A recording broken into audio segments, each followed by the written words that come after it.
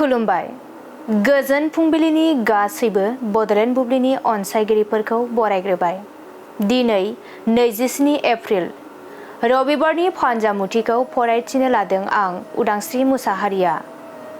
फान्जामुथिनि गिबियाव दं मेष राशि। देहायाव जानाय बेराम आजारफोरा जोबस्रांगोन, देहाखौ जोबोरैनो मोजां मोनगोन। बृष राशि। मावनो लानाय खामानिफोरा गोग्लैसोनानै थागोन, गोसोखौ गोजोननाय मोननाय नङा। मिथुन राशि। बहाबाफोर थाङोबा हरखाबै गावनि आंगोखौ लोगो मोननो हागौ, गोसोआ रंजाखांगोन। कर्कट राशि। रांखावरिनि आंखाल जानाया जोबस्रांगोन, नखरा मोजां थासारियाव फैफिनगोन। सिंह राशि। नोंथाङा धोरोमनि बेरेखा हाबा मावगोन, गोबां जेंना जेंसि नुजाथिनो हागौ। कन्या राशि। नोंथांनि मावनांगौ बिबाना बांलांगोन, दसे समबो जिरायथेरनो मोननाय नङा। तुला राशि।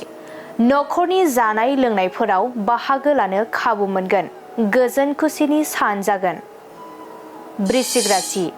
नोंथांनि अहंकारनि जाउनाव रांखावरिफोरा जोबस्रांलांगोन, दुखु दाहाजोंनो साना बारलांगोन। धनु राशि। मोजां मोनलायनायनि गेजेराव सन्देह सोमजिगोन, सोमोन्दोआ गावस्रानायनि लामायाव फैगोन। मकर राशि। नोंथांनि आरजिनानै लानाय रांखावरिफोरा आखाइनिफ्राय गलांगोन, बेफार फालांगियाव मुलाम्फा गैयै सान जागोन। कुम्भ राशि। गोब्राब नाजानायनि गेजेरजों गावनि थांखिसिम सहैनो हागोन, बिमा बिफानि सुखु फैगोन। मीन राशि। गोजौ सोलोंथाइ लानायाव जाथि खुरमायानो हेंथा होगोन, सुथुर जाना थालायगोन।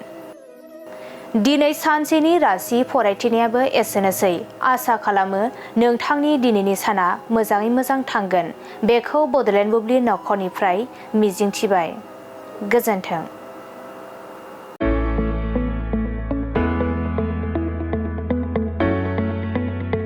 मोनसे गोजोनथाव खौरां।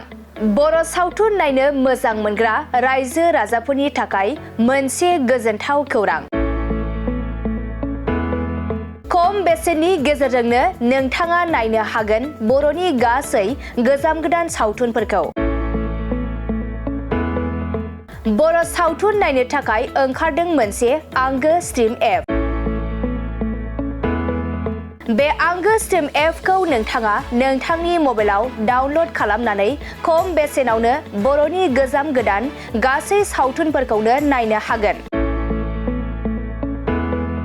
लोगोसे फैबाय थानाय समावबो बड' वेब सिरिज, डकुमेन्ट्रिज बायदिफोरखौबो नोंथाङा बे आंगो स्ट्रिम एपनि गेजेरजोंनो नुनो मोनगोन।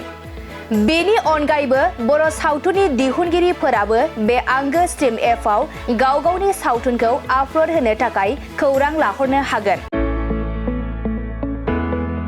आरो जाय बिथांमोननि सावथुनफोरा इउटुबाव पाब्लिश जायाखै, बिथांमोनाबो बे एपआव आपल'ड होनो थाखाय खौरां लाहरनो हागोन।